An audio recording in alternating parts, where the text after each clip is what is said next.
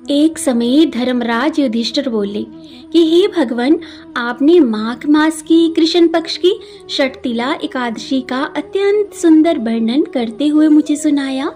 अब आप कृपा करके माघ शुक्ल पक्ष की एकादशी के विषय में भी बताइए कि इस एकादशी का क्या नाम है और इसके व्रत का क्या विधान है, इसकी क्या विधि है और इसका व्रत करने से किस फल की प्राप्ति होती है और इसमें कौन से देव का पूजन किया जाता है। कृपया करके प्रभु ये सब मुझे विधान पूर्वक बताइए।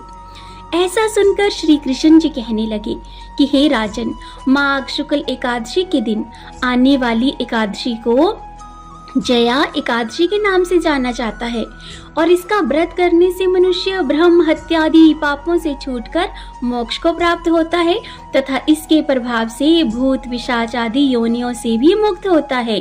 इस व्रत को विधि पूर्वक करना चाहिए। अब मैं तुमसे पद्म पुराण में वर्णित इसकी महिमा की एक कथा सुनाता हूँ। देवराज इंद्र स्वर्ग में राज करते थे और अन्य सब देवगण सुख पूर्वक स्वर्ग में रहते थे। एक समय इंद्र अपनी इच्छानुसार नंदन वन में अप्सराओं के साथ विहार कर रहे थे और गंधर्व उस समय गान कर रहे थे।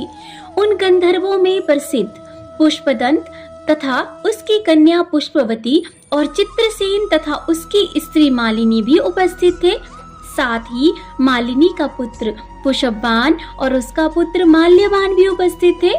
पुष्पवती गंधर्व कन्या माल्यवान को देखकर ही उस पर मोहित हो गई और माल्यवान पर कामबाण चलाने लगी। उसने अपने रूप, लावण्य और हाव भाव से माल्यवान को वश में कर लिया। हे राजन, वे पुष्पवती अत्यंत सुंदर थी। अब वे इंद्र को प्रसन्न करने के लिए गान करने लगी, परंतु परस्पर मोहित हो जाने के कारण तो उनका चित्त ही भ्रमित हो गया था। उनके ठीक प्रकार से ना गाने तथा स्वर ताल ठीक नहीं होने से इंद्र इनके प्रेम को समझ गए और उन्होंने इसमें अपना अपमान समझकर उन्हें उसी क्षण श्राप दे दिया। इंद्र ने कहा, हे मूर्खो, तुमने मेरी आज्ञा का उल्लंघन किया है, इसलिए तुम्हारा तो धिक्कार है। अब तुम दोनों स्त्री पुरुष के रूप में मृत्यु लोक में जाकर पिशाच रूप धारण करो और अपने कर्म का फल भोगो। अब इंद्र का ऐसा श्राप सुनकर वे अत्यंत दुखी हुए और हिमालय पर्वत पर दुख पूर्वक अपना जीवन व्यतीत करने लगे। उन्हें गंध, रस तथा स्पर्श आदि का कुछ भी ज्ञान नहीं था। वहां उनको महान दुख मिल रहे थे। उन्हें एक क्षण के लिए भी निद्रा नहीं आती थी। उस जगह अत्यंत शीत था, इससे उनके रोंगटे खड़े रहते और मारे शीत के दांत बजते रहते थे। एक दिन पिशाच ने अपनी स्त्री से कहा कि पिछले जन्म में हमने ऐसे कौन से पाप किए थे जिससे हमको ये दुखदाई पिशाच योनि आखिर प्राप्त हुई है। इस पिशाच योनि से तो नरक के दुख सहना ही उत्तम है, अतः हमें अब किसी प्रकार का पाप नहीं करना चाहिए। इस प्रकार विचार करते हुए वे अपने दिन व्यतीत कर रहे थे। दिव्य योग से तभी माघ मास में शुक्ल पक्ष की जया नामक एकादशी आई। उस दिन उन्होंने कुछ भी भोजन नहीं किया एवं अच्छे अच्छे कार्य किए। केवल फल फूल खाकर ही दिन व्यतीत किया और सायंकाल के समय दुखी अवस्था में पीपल के वृक्ष के नीचे बैठ गई। उस समय सूर्य भगवान अस्त हो रहे थे।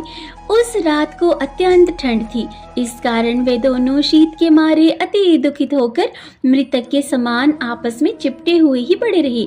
उस रात्रि को उनको निद्रा भी नहीं आई। जया एकादशी के उपवास और रात्रि के जागरण से दूसरे दिन प्रभात होते ही उनकी पिशाच योनि से उन्हें छुटकारा मिला। अत्यंत सुंदर गंधर्व और अप्सरा की देह धारण कर सुंदर वस्त्राभूषणों से अलंकृत उन्होंने स्वर्गलोक की ओर प्रस्थान किया। उस समय आकाश में देवता उनकी स्तुति करते हुए पुष्प वर्षा करने लगे। स्वर्गलोक में जाकर दोनों ने देवराज इंद्र को प्रणाम किया। देवराज इंद्र इनको पहले रूप में देखकर अत्यंत आश्चर्यचकित होकर उनसे पूछने लगी कि तुमने अपनी ये पिशाच योनि से किस प्रकार छुटकारा पाया, आखिर हमें भी बताओ।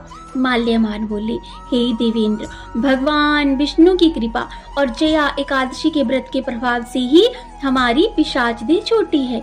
तब इंद्र बोले कि हे माल्यवान, भगवान की कृपा और एकादशी का व्रत करने से न केवल तुम्हारी पिशाच योनि छूट गई वरन हम लोगों के भी वंदनीय हो गए, क्योंकि विष्णु और शिव के भक्त हम दोनों के लिए वंदनीय हैं।